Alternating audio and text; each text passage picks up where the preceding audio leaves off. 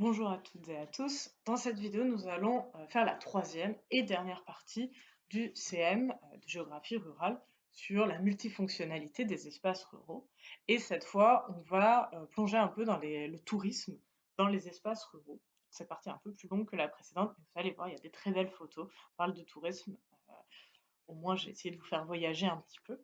Donc le tourisme dans les espaces ruraux, on va commencer par vraiment faire un peu le constat de ce tourisme rural en croissance, avec d'abord l'idée que le tourisme est facteur de développement pour les espaces ruraux.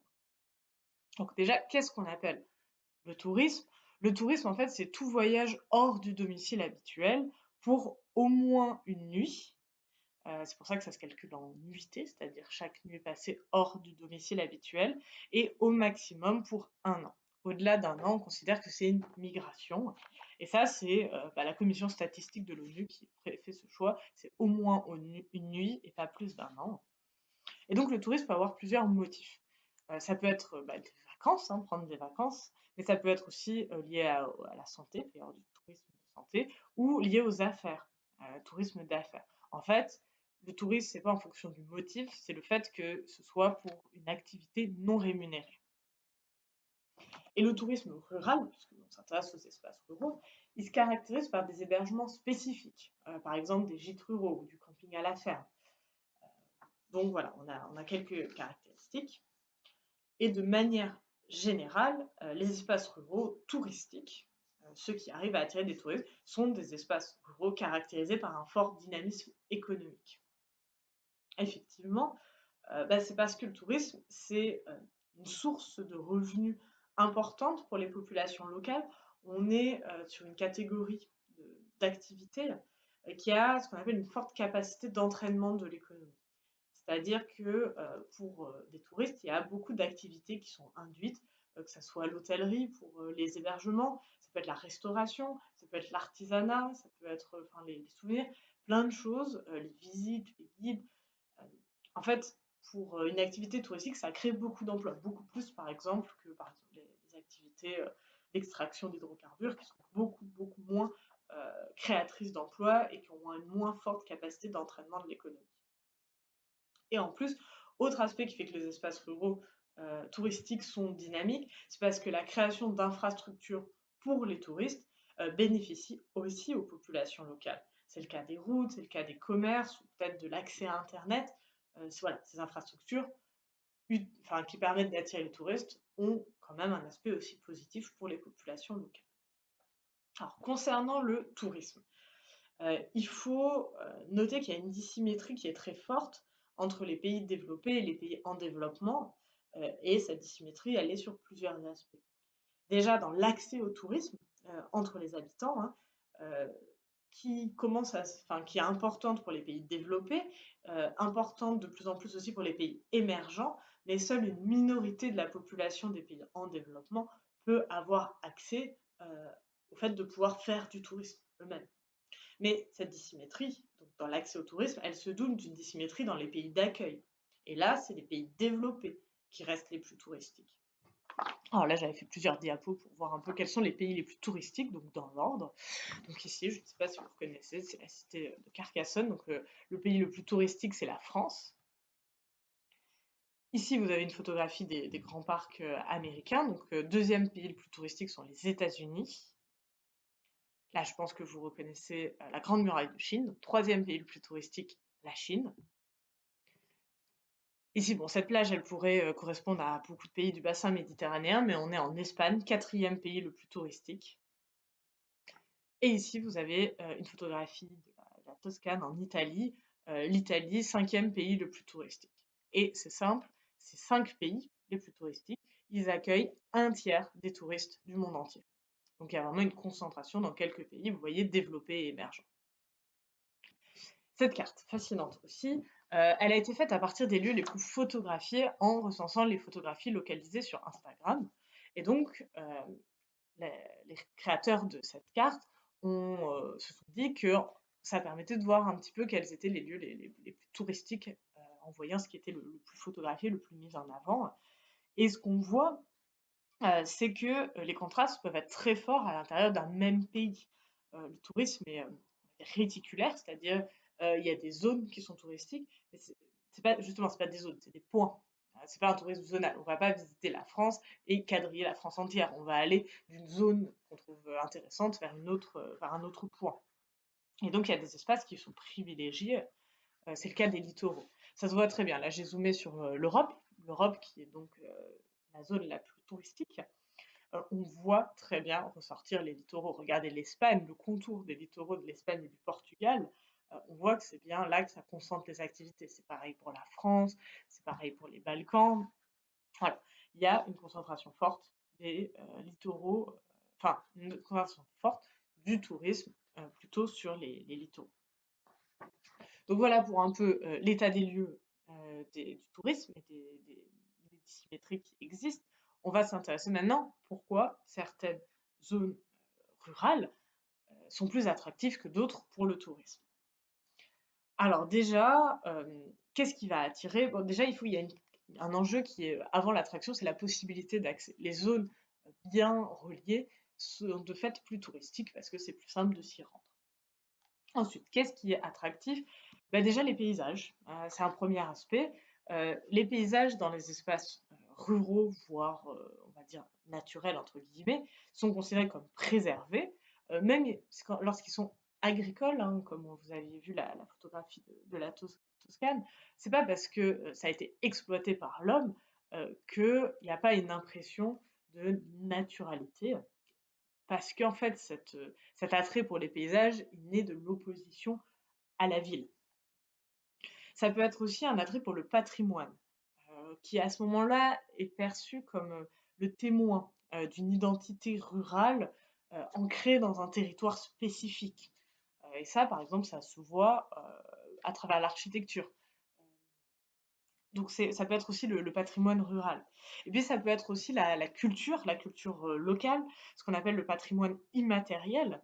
Et ce patrimoine immatériel, il peut être gastronomique, par exemple, mais il peut être aussi festif. On peut aller assister à un événement culturel, comme ici vous avez les sonneurs de cloches croates.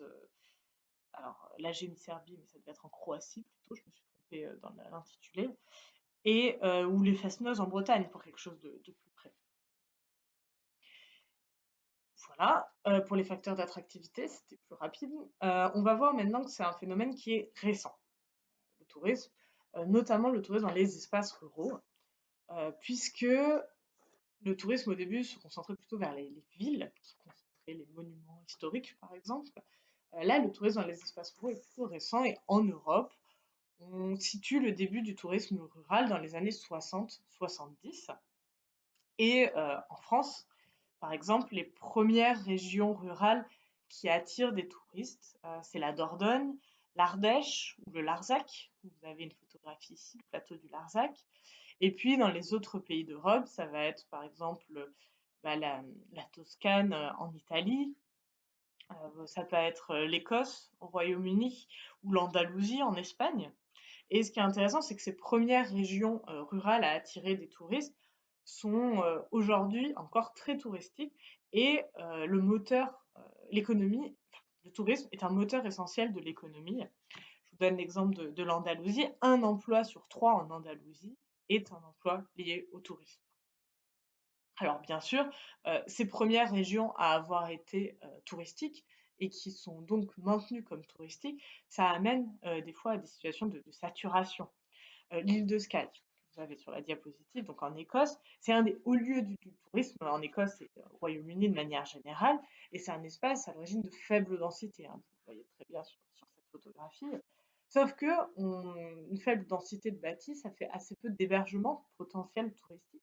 Et tous les ans, les, les hébergements en fait sont tous, on va dire, pris d'assaut et enfin sold out. Il n'y a plus de place disponible au bout d'un moment.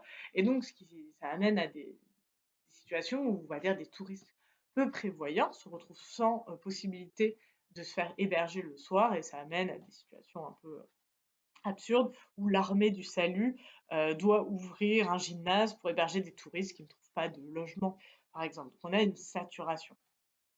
Donc ça, c'était le début du tourisme rural dans les pays développés. Si on regarde les pays émergents comme la Chine, le développement du tourisme rural se fait plus tard, il se fait plutôt à partir des années 2000. Là, vous avez une photographie du delta du Yangtze en Chine, qui est très touristique parce qu'en fait, cette zone, bon, en plus d'être très belle, est proche de Shanghai, donc un marché potentiel important. Et on va approfondir un petit peu la question du tourisme rural en Chine. On va faire une petite étude de cas sur ce tourisme rural en Chine. Donc, une étude de cas que je fais à partir de cet article d'Emmanuel Véron, donc qui se concentre sur le delta du Yangtze, que vous avez vu sur la photographie d'avant, et qui retrace un petit peu le tourisme en Chine. Donc déjà, si on parle du tourisme, de manière générale, avant de se recentrer sur le tourisme rural, en fait, le tourisme, pendant la période maoïste, c'était très mal perçu. C'était rattaché à la bourgeoisie, c'était rattaché au luxe. Mais cette perception, elle évolue à partir des années 1980 et 1990, puisque l'idée de partir à la découverte de son pays, son propre pays, devient positif. Et ça correspond à une période où le temps libre augmente aussi progressivement. Donc le tourisme chinois connaît une forte croissance à partir de ces années 80-90. Alors le Bureau national des statistiques du tourisme en Chine, il compte pas comme on va dire les statistiques nationales, il fait pas de différence entre une excursion qui dure moins de 24 heures, par exemple, je sais pas, vous partez visiter un château dans l'après-midi. Pour lui, ils le mettent sur le même plan que du tourisme qui dépasse les 24 heures, si vous partez 2 semaines à l'autre bout de votre pays, ils mettent tout ensemble, ce qui fait que en 2011, le Bureau national des statistiques du tourisme estime à 2,1 milliards le nombre de tourismes nationaux en Chine. Donc plus que d'habitants, c'est parce que une même personne peut faire du tourisme plusieurs fois dans l'année, surtout quand on prend en compte les excursions à la journée. Et ça représente, et ça c'est important, 4,5% du produit intérieur brut du pays. Donc on voit qu'à partir d'une période où le tourisme était mal perçu, il y a eu un développement et une modification très forte. Et nous, on va se recentrer sur le tourisme rural, qui se développe dans les années 2000 à peu près, et il s'appuie déjà sur un renversement des perceptions de la campagne. En fait, avant, les campagnes, les espaces ruraux n'étaient pas perçus comme touristiques parce qu'ils avaient une connotation vraiment archaïque et plutôt péjorative. C'était des coins reculés, pas avancés. Mais finalement, il y a eu un renversement de ces perceptions puisque les espaces ruraux deviennent attractifs pour les citadins. Et pourquoi? C'est parce que ces espaces ruraux incarnent aux yeux des citadins, les fondements de la civilisation chinoise. Ils visitaient un espace rural, c'est le retour au passé, le retour à la vision traditionnelle de la famille, et c'est la rupture avec le quotidien. Visiter une ville pour un citadin, c'est moins une rupture que de visiter un espace rural.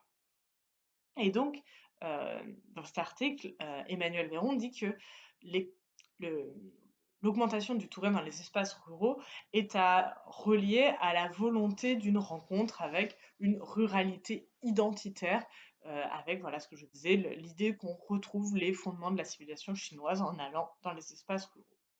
Et donc c'est encouragé par l'État, ce tourisme rural, par l'État chinois, qui veut construire, donc je cite, de nouvelles campagnes socialistes. Concrètement, ça veut dire aménager les villages touristiques pour attirer les citadins. Et ça rentre dans un objectif de revitalisation et de modernisation des campagnes.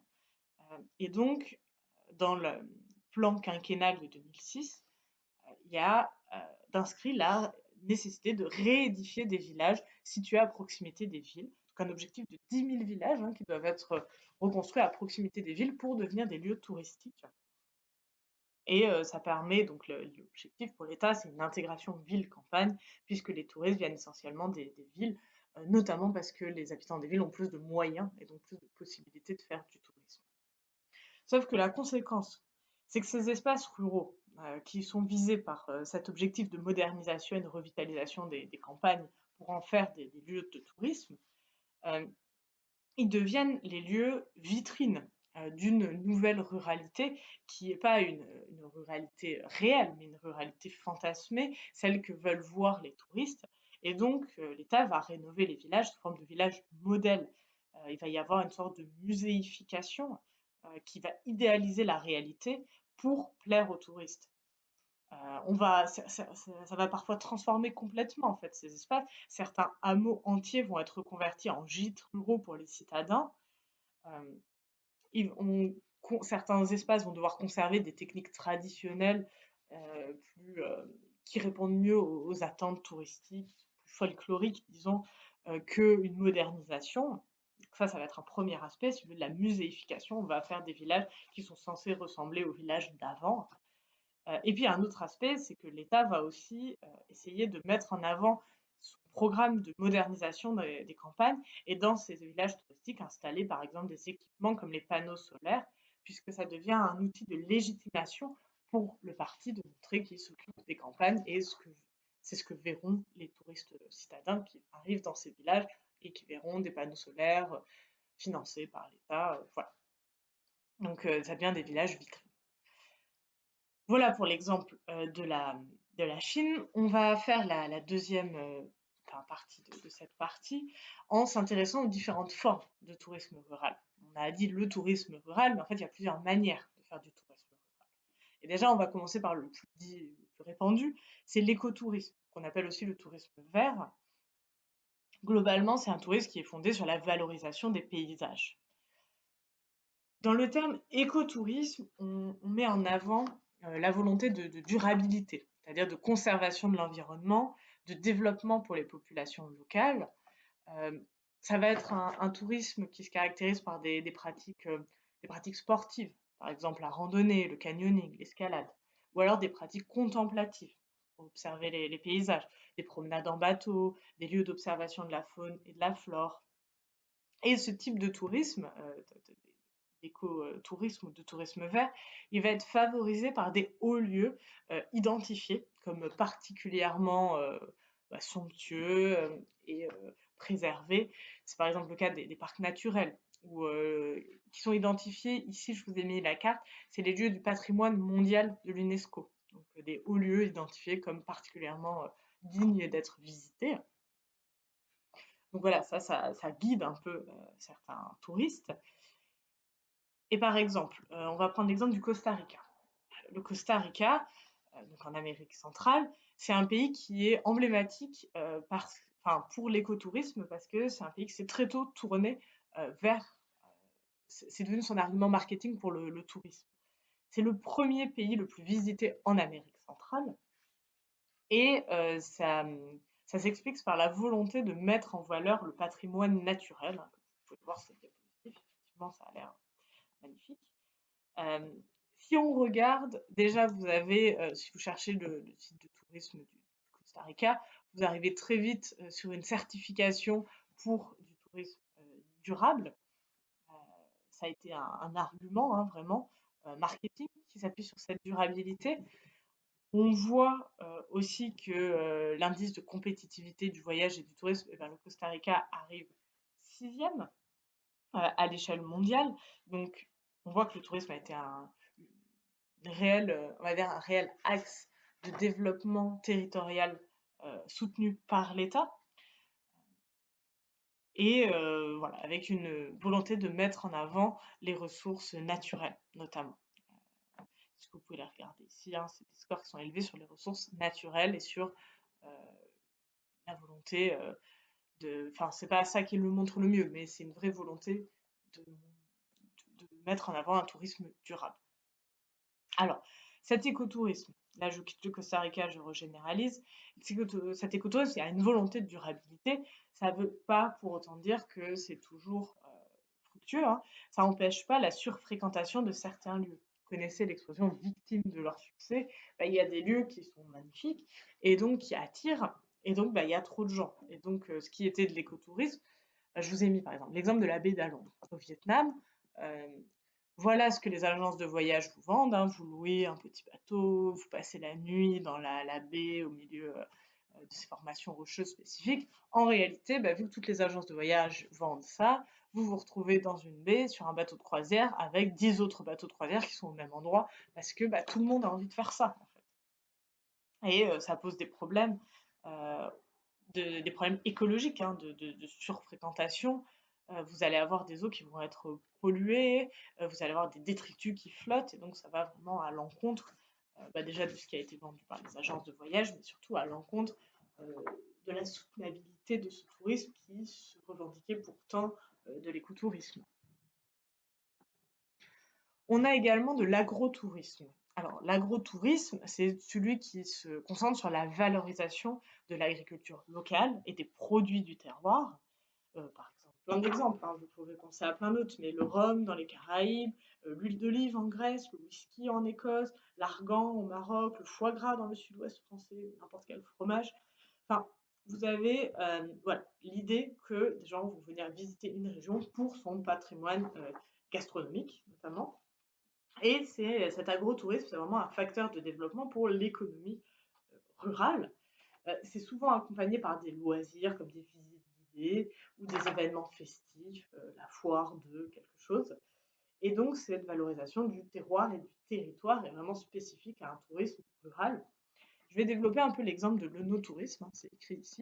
L'œnotourisme, c'est l'ensemble des pratiques touristiques autour du vin, à la fois comme production alimentaire, on produit du vin, mais aussi comme patrimoine immatériel, le savoir-faire autour du vin, donc ça c'est le premier aspect. Mais le no-tourisme, c'est aussi toutes les pratiques touristiques autour du vignoble, comme un paysage spécifique, et qui montre l'importance des surfaces viticoles dans certaines régions. Et là, je voulais, on va dire, me concentrer sur l'exemple de l'Espagne, hein, c'est issu de cet article. Déjà, ce qu'il faut dire, c'est que le no-tourisme, ça permet de mettre en valeur à la fois des paysages, donc les vignobles, et les savoir-faire ruraux. Et le cas de l'œnotourisme espagnol, il se développe à partir du début des années 2000. En fait, avant, il y avait déjà beaucoup de vin, hein. L'Espagne est le troisième producteur de vin au volume mondial, mais elle était séparée, cette production, des activités touristiques. Et donc, elle se rapproche des activités touristiques à partir du début des années 2000, avec une valorisation des activités viticoles. On ouvre par exemple des musées du vin. Si vous en avez un exemple, hein, d'un musée du vin, un vrai travail d'architecture, hein, pour attirer les touristes, et l'ouverture de caves qui sont ouvertes à la visite pour les touristes qui peuvent aller voir directement comment sont fait le vin. Mais c'est aussi la création de services hôteliers ou de circuits comme des routes des vins. Si vous avez une carte des routes des vins en Espagne, par exemple, pour aller de cave en cave, faire des dégustations, voir des paysages de vignobles. Euh, donc musée du vin, ouverture des caves à la visite, création de routes des vins, et puis enfin création aussi d'événements en lien avec le vin, comme ici vous avez l'exemple de la foire au vin de Falset, qui a lieu dans un territoire très viticole. Et je vous ai mis deux exemples parce que c'est en Espagne. Là, vous le trouvez en français, ici en anglais. Il y a une visibilité internationale de cette foire au vin. Alors pourquoi cet œnotourisme espagnol s'est autant diffusé? C'est parce qu'il a été encouragé par les institutions publiques. L'objectif, c'est de dynamiser l'arrière-pays espagnol et faire face à la concurrence des autres pays du bassin méditerranéen qui sont d'importants producteurs en vin. Ça permet de diversifier les ressources aussi économiques pour les producteurs de vin. Et puis, donc, cette dynamisation, elle a un effet, un impact local, puisque l'ouverture du secteur viticole au tourisme entraîne le développement d'autres activités déjà touristiques, hein. Les touristes, ils sont intéressés par les routes des vins, mais ils vont aussi faire des trucs de touristes, hein, aller dans des hôtels, visiter des parcs, des choses comme ça, et puis d'autres activités économiques. Donc, l'idée de l'œnotourisme, hein, pour conclure dessus, c'est que c'est pas seulement de valoriser la production du vin, mais aussi la culture du vin de manière plus générale, avec les foires et les musées, et ça permet de faire naître un tourisme d'envergure internationale pour certains pays. On a également un tourisme ponctuel.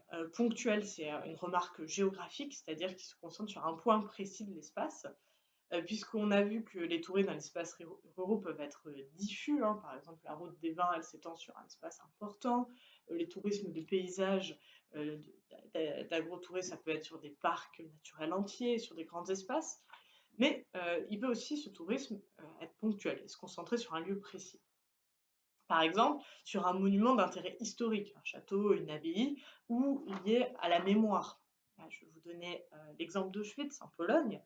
Les camps de concentration en Pologne sont visités. Et pour prendre l'exemple d'Auschwitz, c'est 1,75 million de visiteurs étrangers en 2018 sur 18 millions de personnes qui sont entrées en Pologne à ce moment-là. Donc ça veut dire qu'environ 10% des touristes qui vont en Pologne vont visiter Auschwitz. Donc on a un lieu de mémoire d'une grande importance qui effectivement entraîne des flux touristiques. Ça peut être aussi des parcs de loisirs, le tourisme ponctuel, c'est des lieux clos qui sont payants et qui proposent des activités récréatives ou culturelles, les deux d'ailleurs. Pour la France, un Français sur deux est consommateur de parcs de loisirs. Je vais peut-être changer de photo pour parler de ça quand même. Un Français sur deux est consommateur de parcs de loisirs et s'y rend en moyenne 3 fois par an, pour ceux qui les fréquentent. J'ai les chiffres pour la France, je n'ai pas réussi à trouver des chiffres internationaux pour ça. Pour la fréquentation de ces parcs de loisirs, bah, le quart, 24%, ce sont des visites qui sont à destination des parcs d'attractions, comme Disneyland. 23% pour des parcs animaliers, les zoos, donc à peu près autant, puis 16% pour les aquariums, 12% pour des parcs à thème à vocation culturelle, comme le Puy du Fou par exemple, et 11% pour les parcs aquatiques. Et sur l'ensemble des parcs d'attractions, des parcs de loisirs, les clientèles étrangères, c'est environ 15% du total des entrées. Donc, ça attire aussi des clientèles étrangères. Alors, ces parcs sont souvent dans des espaces ruraux pour des questions de coût du terrain, hein, ils s'étendent sur quand même de grandes surfaces, mais il y a un vrai enjeu qui est l'accessibilité. Et certains de ces parcs de loisirs se trouvent en difficulté, et c'est le cas par exemple de Vulcania en Auvergne, et c'est parce que ce parc est installé dans une région rurale un peu trop éloignée des grandes agglomérations, et donc il peine à faire venir assez de visiteurs pour rentabiliser les coûts de fonctionnement. Donc voilà, ça c'est lié, c'est une région rurale trop éloignée. Voilà, la zone de chalandise, c'est-à-dire la zone où les gens sont prêts à se déplacer pour venir, est trop locale et donc l'opération n'est pas forcément profitable. Donc voilà les enjeux pour les parcs de loisirs. Et dernier type de tourisme, le tourisme de masse, qui concerne également les espaces ruraux, et c'est un tourisme qui concerne un grand nombre de vacanciers. Dans les espaces ruraux, le tourisme de masse, il est plutôt saisonnier, et il y a deux grands exemples. C'est d'abord le tourisme balnéaire, lié aux activités de plage, de mer. Donc il est concentré sur les littoraux. La haute saison, c'est l'été. Et ce tourisme balnéaire se situe par exemple en grande partie dans le bassin méditerranéen. C'est la première région touristique du monde. Et ça fait émerger les différences nord-sud. Le tourisme balnéaire va se concentrer sur une bande littorale qu'elle artificialise fortement. Pour vous donner un chiffre, 40% des Français qui partent en vacances partent à la mer, et si j'ai pas de chiffre précis pour le reste du monde, c'est généralisable, c'est le tourisme balnéaire, les littoraux sont la première destination touristique du monde. L'autre exemple, c'est le tourisme de sport d'hiver en haute montagne. Cette fois, c'est plutôt un tourisme qui se concentre sur la saison hivernale. Je vais vous donner un peu l'exemple pour les Alpes, que ça soit en France ou en Autriche. On estime qu'il y a 50 millions de journées skieurs, c'est-à-dire de jours de personnes. Comment expliquer les journées skieurs? En gros, chaque jour où une personne fait du ski compte pour une journée skieur. Donc dans les 50 millions, c'est pas 50 millions de personnes, c'est 50 millions de journées où quelqu'un a skié. Mais c'est extrêmement important, 50 millions, pour des espaces de faible densité, comme les espaces de haute montagne. Et je vous ai mis une photographie de la Suisse, c'est 21 millions en Suisse, alors que la Suisse, c'est 8,5 millions d'habitants. Donc voilà, on a un tourisme de masse et qui attire au-delà des frontières. Et ce tourisme de masse, alors bien sûr, il a relativisé, mais il peut toucher aussi des espaces très reculés. Voici une photographie qui a été prise pour montrer l'ascension au sommet du mont Everest, en Himalaya.